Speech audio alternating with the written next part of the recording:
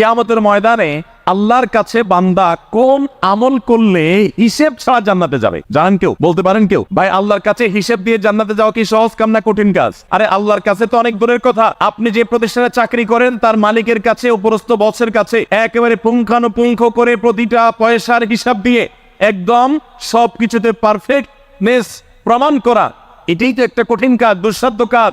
সেখানে সারা জীবনের হিসাব আল্লাহর কাছে দিয়ে পাই পাই করে তারপর আপনি জান্নাতে যাবেন, বিষয়টা এত সহজ না।